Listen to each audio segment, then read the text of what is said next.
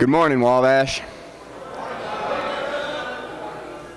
This morning it's my pleasure to introduce Dr. Stephen Webb, Wabash class of 1983. After earning his PhD from the University of Chicago in 1989, Dr. Webb returned to Wabash as a professor of philosophy and religion, as well as an author.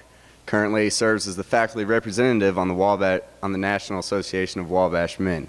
Please join me in welcoming Dr. Webb and his chapel talk, The Feminization of Higher Education.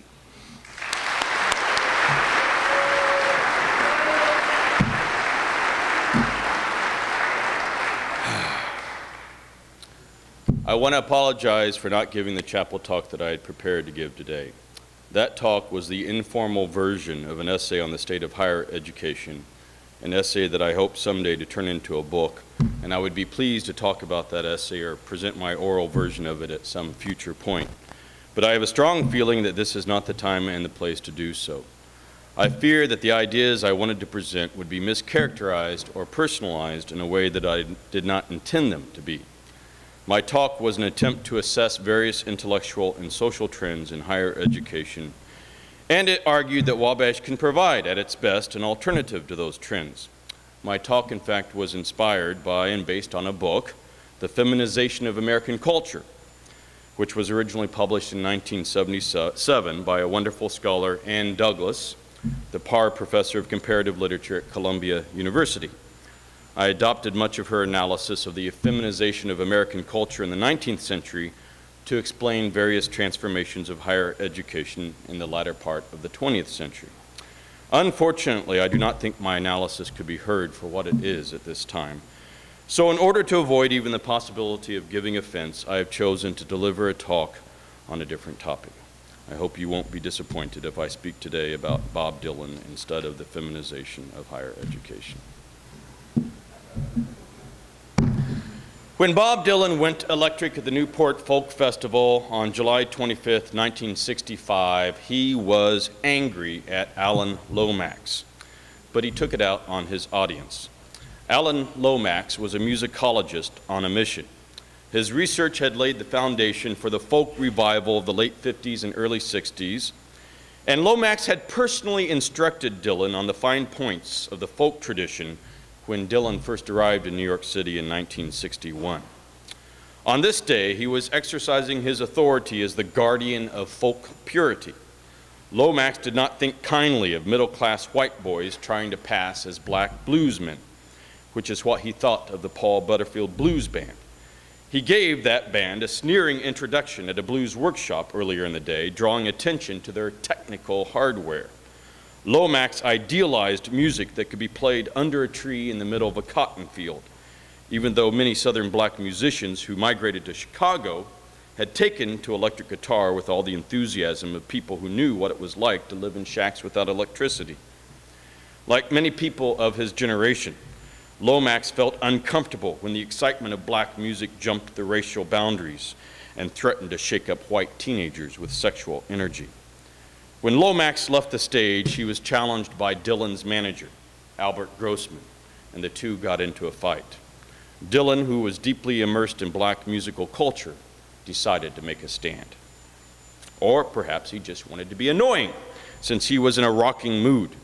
He came on stage later that evening in a black leather jacket, and that did not conform to the laid-back Newport folky scene. Folk music was not supposed to be flashy. It was not supposed to be original either. The folk community equated authenticity with a faithful reproduction of the past, while rock and roll was nothing if not a messy blurring of cultural boundaries. Social customs embedded in the legal system prevented blacks and whites from mixing socially, but rock let them mix musically. Middle-class whites learned how to play rock by impersonating blacks. Dylan stood in favor of musical integration over musical or ideological purity. His ability to absorb nearly any musical style has always been one of his greatest strengths. Dylan was ready to break out of the folk ghetto. America, too, was ready for new sound, but it was not clear that night what the sound would be or who would sing the way. In retrospect, the triumph of rock seems inevitable. But in 1965, Elvis Presley was making second-rate movies, and the Beatles had not yet conquered America. Anything could have happened. In fact, Dylan shared with the folk audience at Newport a disdain for rock and roll, or at least what rock and roll had become. After its early heydays of sonic brilliance, rock had deteriorated by the early 60s into upbeat tunes about teen love.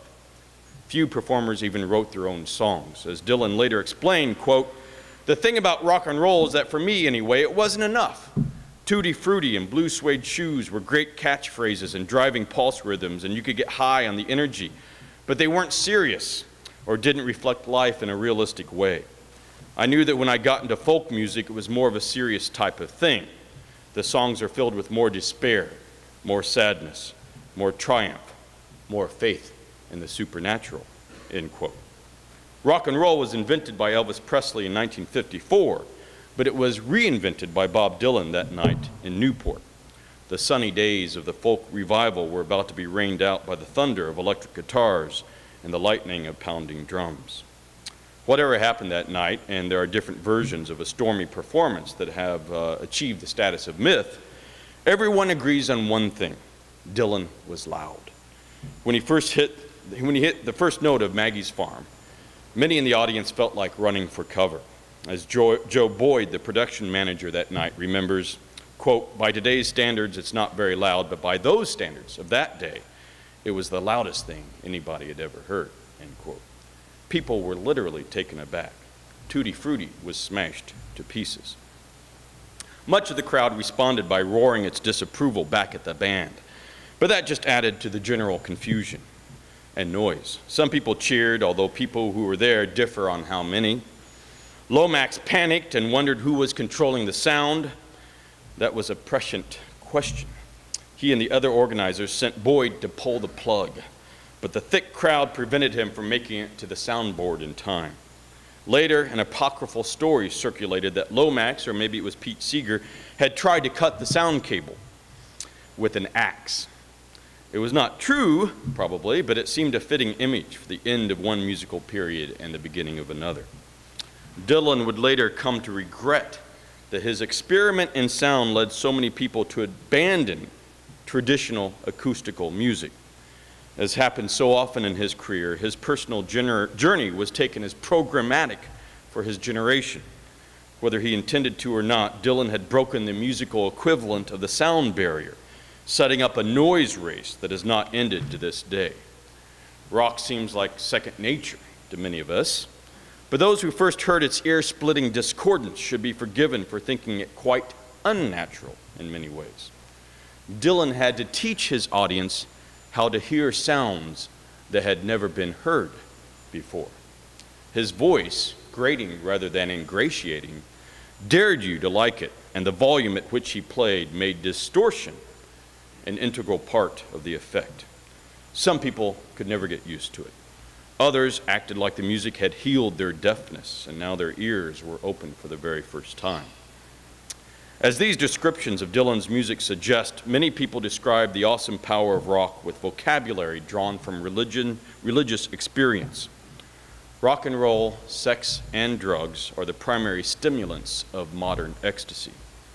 They promise a momentary pleasure that comes with the disillusion of the isolated individual.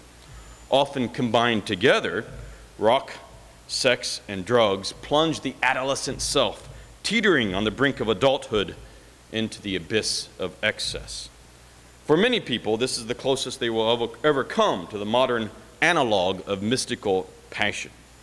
Rock and religion have become so intertwined in contemporary culture that it's hard to pull them apart. Does rock gain its power from the decline of religious authority, filling in the cultural vacuum created by liberal secularization? Is rock a neutral medium that churches can appropriate with little or no danger to spiritual truth? Do rock and religion both have the same ancient roots, diverging only in the form they give to ecstasy? Or is rock essentially at odds with Christianity due to its excitation of sexual desire and its immersion of the individual into a cauldron of collective behavior? No contemporary musical artist presents a better test case for examining these questions than Bob Dylan. This is especially true because Dylan is the source of not one, but two, at least two, musical revolutions. He provided a bridge between the golden age of rock in the 50s and its reemergence in the 60s by giving folk music an electric jolt. But he also played a key role in the fusion of rock and religion when he converted to Christianity in late 1978. That first revolution made rock harder, faster, and more sophisticated. The consequences of the second revolution for both music and the church remain to be seen. Was it luck, good business sense, or providence that brought Dylan to the gospel just as gospel music was starting to rock? To answer this question, one needs to know something about the historical context of Dylan's conversion. Dylan turned to Christianity at a peculiar time in American history, when the liberal Protestant consensus established by the American Protestant elite was falling apart, and the subsequent cultural vacuum gave evangelical Christians a golden opportunity to take center stage. Prior to the 70s, a liberal Protestant ethos functioned as America's national religion. As President Dwight Eisenhower famously said, "Our government makes no sense unless it is founded on deeply held religious belief, and I don't care what that belief is." Civic leaders did not care what religion you are as long as you went to church on Sundays. By the 70s, however, this period of religious tranquility was coming to an end. Religious passions were not being met in the mainline churches. Conservative evangelical churches were undergoing rapid growth. The opportunity was wide open for evangelicals to team up with rock and roll in order to reinvent Sunday morning worship. Dylan was either riding a new wave of social transformation or helping to direct the storm. Either way, he was once again, just as he was at Newport, in the middle of the musical action. Things have changed since Dylan first went electric back in 1965, and not just with baby boomers who are now buying hearing aids by the thousands. Rock has been so drummed into our heads that much of it sounds banal and boring.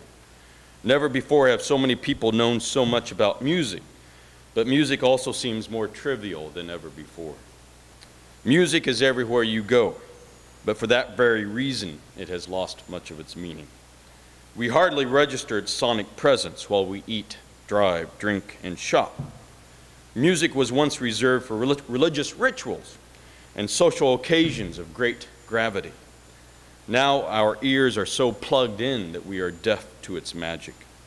We walk around in sound cocoons that block out all the competing noise, as if our lives need a soundtrack in order to be meaningful. Technology gives us the power to listen to what we want, when we want it, but as a result, we spend a lot of time listening alone. There are more beats than ever before, but everyone marches to a beat of their own making. What the baby boomers began in rebellion has ended in the acoustical equivalent of wallpaper. The very term baby boomer sounds like it belongs to the era of rock and roll, and it does. Rock was born on the tide of the buying power of all those babies who became teenagers during the 60s. Popular music is often little more than sentimental melodies of idealized sexual desire. Music, in other words, has been drafted into the service of our consumer and lascivious society. Rock either incites us to buy and buy again, or it anesthetizes us to the anxiety provoked by the countless buying decisions we must constantly make. Rock music has become both the stimulant and the sedative of modern capitalism. Teenagers are angst-driven to know what is popular and what is not, and rock is, for that very reason, the quintessence of popular culture. Rock can be defined as whatever music is most current. It exists on the edge of time in its quest for the newest and latest sounds. In practical terms, rock songs come and go so quickly that only the truly hip can keep up with the latest records. Rock also buttresses the teenage fantasy of making it big without undergoing years of tedious training. It does this by holding out the seductive promise that becoming a star is as easy as singing along with the radio. Christianity is about the making of saints, not stars. One might become a Christian in an instant, but becoming a saint takes time, and it takes a willingness to stand apart from popular culture. All of these concerns lead to a most pointed question. can Christianity survive the age of rock and roll? The question is pressing to me because I grew up in an era when sacred and secular music were enmeshed in a sound war. For evangelicals in 1979, a born-again Dylan was electrifying as his 1965 decision to plug in his guitar at the Newport Folk Festival. I graduated from high school in 1979, and I knew next to nothing about the way Dylan had transformed rock by making it sound poetic and had alienated folk audiences by playing loud and hard. But the rumor that Bob Dylan had been saved struck my ears like a thunderbolt from the sky. And when I listened to his first Christian album, 1979 Slow Train Coming, for the first time, I heard the gospel proclaimed to my heart in a way that made sense to my ears. In the late 70s, evangelicals like me needed a musical hero who could speak to the disturbing chasm that separated the harmony of Sunday morning from the discord of Saturday nights. We wanted a sonic power to match the depths of our experience of salvation, but we also just wanted to listen to rock and roll with a clean conscience. In my Midwestern evangelical home, rock and roll was treated like an unwelcome guest who showed up loud and drunk during times of family strife. Inevitably, my dad would have to ask him to leave. Now, the greatest rocker was one of us. I'd grown up in the dull days, you see, of pre-CCM, contemporary Christian music. Back then, conservative churches had conservative music. That's what it meant to be a conservative church. We thought that's what made us conservative, patiently enduring music that was at least 2 generations behind the times. We sang songs that were not all that far removed from the days of barbershop quartets. Only later did I find out that many of the tunes to our hymns originated in beer halls and taverns. That was surprising because I was repeatedly told growing up that only evil could come from those kinds of places. Ex-soldiers must have populated those taverns because most of our hymns sounded like battle marches. Those strident tunes fit our theology just fine. Evangelicals in the 70s were an embattled minority, fighting for survival in a hostile environment. We were spiritual soldiers in training, at war with the whole world. In Sunday school, we chanted hypnotic lyrics that drummed simple messages into our heads. One song still bounces around in my memory. We are jet cadets for Jesus. We are pilots for the Lord. We have heard the call for battle and will join with one accord. Come and join our happy crew as we soar into the sky. We are jet cadets for Jesus and will fly, fly, fly.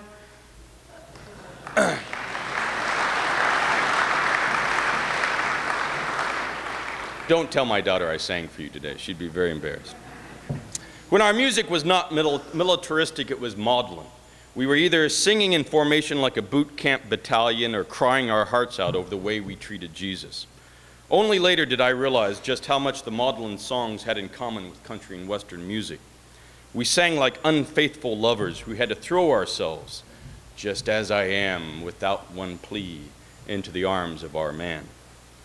I turned 10 in 1971, so that decade fit my teen years like the tight pair of purple and red plaid bell-bottoms that I proudly wore throughout the 7th grade. My older brother was just old enough to pass for a child of the 60s, and I grew up in his shadow. That is probably why I think of the 70s as a kindred spirit, since it too could not compete with its older sibling. Goofy and tacky are 2 words that come to mind to describe a decade that will always be treated as the kid brother to the 60s. Even the economic crisis of the 70s, stagflation, has none of the dignity of a depression or a recession. When John Travolta's character in Saturday Night Fever yelled at his father, "Would you just watch the hair?" I could relate. Despite the fad for happy face buttons, it was a aesthetically dreadful decade. It began with fervent idealism on the political left and ended up with the same mood co-opted by Ronald Reagan on the right. In between was a time of lost innocence, cultural confusion, and moral decadence. The 70s were one long lesson in what happens when a counterculture becomes normalized. When the hip becomes everyday, reality suffers. Hipness works best when it lies on the margin of the mainstream, feeding popular culture with a new vocabulary in order to expand society's vision of what the good life should be. If the margin becomes the mainstream, flooding results. This is just common sense. Social practices that emerge from a radical critique of bourgeois society cannot themselves become the basis for society. If that happens, the radical loses its edge and the bourgeoisie collapse into a moral morass. But that is just what happened in the 70s. The political left suffered a backlash with the election of Nixon and transformed itself into the cultural left. The triumph of the cultural left rendered common sense senseless. People felt they could not trust social conventions anymore. Everything had to be reinvented, especially anything having to do with sex. Today, when most Americans have returned somewhat to their senses, it is hard to imagine a time when blacklight posters, beaded curtains, water pipes, and feathered roach clips could be found in gift shops at the local shopping mall. The cooler among us had faux fishing nets hanging from our bedroom ceilings as signs of our authenticity. If the term culture is taken lightly, then it can be said that no decade in the 20th century had more cultural changes than the 70s. And thus, no decade is harder to describe. This is true in spite of the fact that most of these cultural changes were exceedingly trivial. Yet their cumulative effect was profoundly depressing. For example, the 70s gave us the divorce culture, as if those two words are in any way compatible. With skyrocketing divorce rates, the middle-aged began making up for lost time by acting half their age.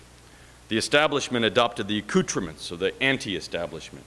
Even Jimmy Carter wore jeans and posed as an outsider. It seems silly to say that teenagers were victims of fashion, but that is what girls in tube tops and boys with Scott Bio haircuts, blow-dried into wings, look like today. The purpose of these bad fashions was to make the 60s safe for suburbia. The Partridge Family, for example, made 60s rock and roll a family affair. How many families made up a band with the mother singing along and with no father yelling at them to turn it down?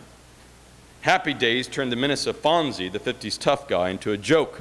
The Brady Bunch was so sickly sweet and harmlessly vacuous that it can only be understood as a superficial counterpart to the moral decadence that television sitcoms could not confront.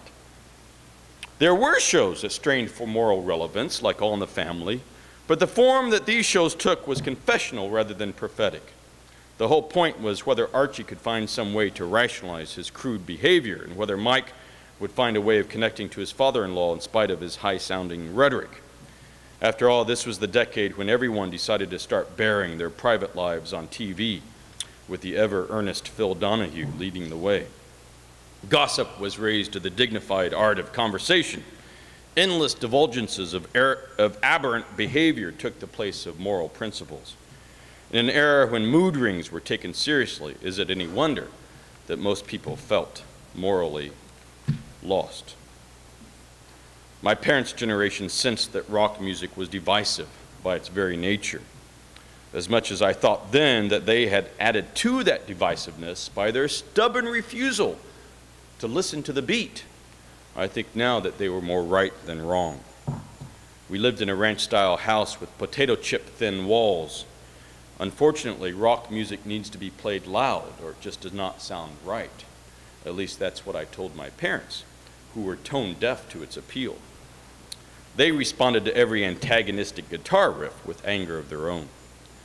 My father's generation was just a little bit too old to find Elvis exciting. They were too busy building new lives in the suburbs that sprang up after World War II. Ironically, those very same suburbs were the seedbeds of rock and roll. Suburbanite parents could think of themselves as explorers, tending gardens, building civic organizations, mastering home repair, and planting new churches. Their teenagers, however, were bored with all the peace and quiet. City noise once provided plenty of background to the day's activities. The constant hum of traffic was just enough of a distraction to keep the mind busy, picking out the most relevant sources of sound. The noise of the city made rock and roll possible, but the dead air of the suburbs made it necessary. Figuring out the words and the walls of sound constructed by producers like Phil Spector was hard work. Even today, there are websites devoted to ongoing debates about the correct content of popular lyrics. It should not be surprising, then, that someone got the idea to slow down the spinning turntable in order to investigate the needle's ride. Since the 60s, people had been fascinated with the idea that advertisers could hide hidden messages in visual images. Now it was music's turn. Rumors began spreading about satanic lyrics pressed into the vinyl grooves of LPs. It was as if Christian leaders reacted to the idea that rock stars were gods by insisting that rock music was full of the devil. Ironically, the idea that evil messages could be discerned in garbled lyrics only made us listen to the records all the harder. We turned our attention to the minutiae of the records, just as we scanned every word of the Bible, hunting for signs meant just for us. Not every evangelical reaction to rock and roll was so desperate. By the end of the 70s, evangelicals were beginning to come out of their prayer closets. We listened to Phil Keaggy, Larry Norman, and Keith Green, who were pioneers in the appropriation of rock for worship and evangelization. Keith Green, a truly brilliant musician with a sound all of his own, would become a friend of Dylan's before he died in a plane crash in 1982. Green was a Jewish Christian whose lyrics were every bit as uncompromising as Dylan's. We knew Dylan's conversion was for real when we saw Dylan's name as a guest artist on the back of Green's really splendid album, So You Want to Go Back to Egypt, released in 1980. My circle of evangelical friends spent hours speculating about such questions as who had led Dylan to Christ and how he was going to change the world.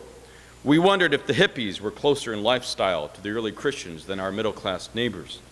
We convinced each other that Phil Keaggy was a better guitarist than Clapton or Hendrix. I think he probably was, and that Larry Norman could have become a rock star if he had really wanted to. We were not alone in our need for a new musical theology. Christian rock was on its way up. It needed just one last boost before it made it over the wall that separated evangelicals from the rest of the world. Evangelicals like us had one foot in the popular culture with one remaining foot in our religious ghetto, and it was tearing us apart. We could no more avoid the mass media than we could skip church on Sunday mornings. Conservative Christians were just beginning to build their own culture, but that would take many more years to get off the ground. When that happened, evangelical teenagers would not feel compelled to choose between the church and the world. They could have all the benefits of a close-knit church community and all the fun of the entertainment industry. They did not need to reject the world because their churches started giving them everything the world had to offer. The first big step in that direction was turning rock and roll into an instrument for the gospel. If the church could capture the music of the devil, then heaven could not be far away. That's why I felt that, in a way, we were saved by Bob Dylan's conversion, and I became a fan. I eagerly awaited each new album. And I listened to his early songs, which sounded familiar to my gospel-trained ears, and thought many of the lyrics anticipated his conversion. But it took me years before I was ready to listen again to Slow Train Coming, the album that I listened to so many times in 1979. That album took me back to my evangelical youth too quickly and too forcefully. When I finally played it again in the 90s, it knocked my breath out and left me gulping for air. It was as if the apostles had come back to life and were putting the day of Pentecost to music. To some, it sounds preachy and pious, and hardcore Dylan fans ignore it. But that was not my problem. To me, it sounds too painfully honest and true. Slow Train Coming convicts my conscience with the sound of a faithful purity that I am often, too often, unable to muster with the same enthusiasm. Slow Train Coming sets me dreaming of what I know faith can and should be, and it leaves me wanting to live in its reverberations like an echo of some truth heard long ago and far away. Thank you.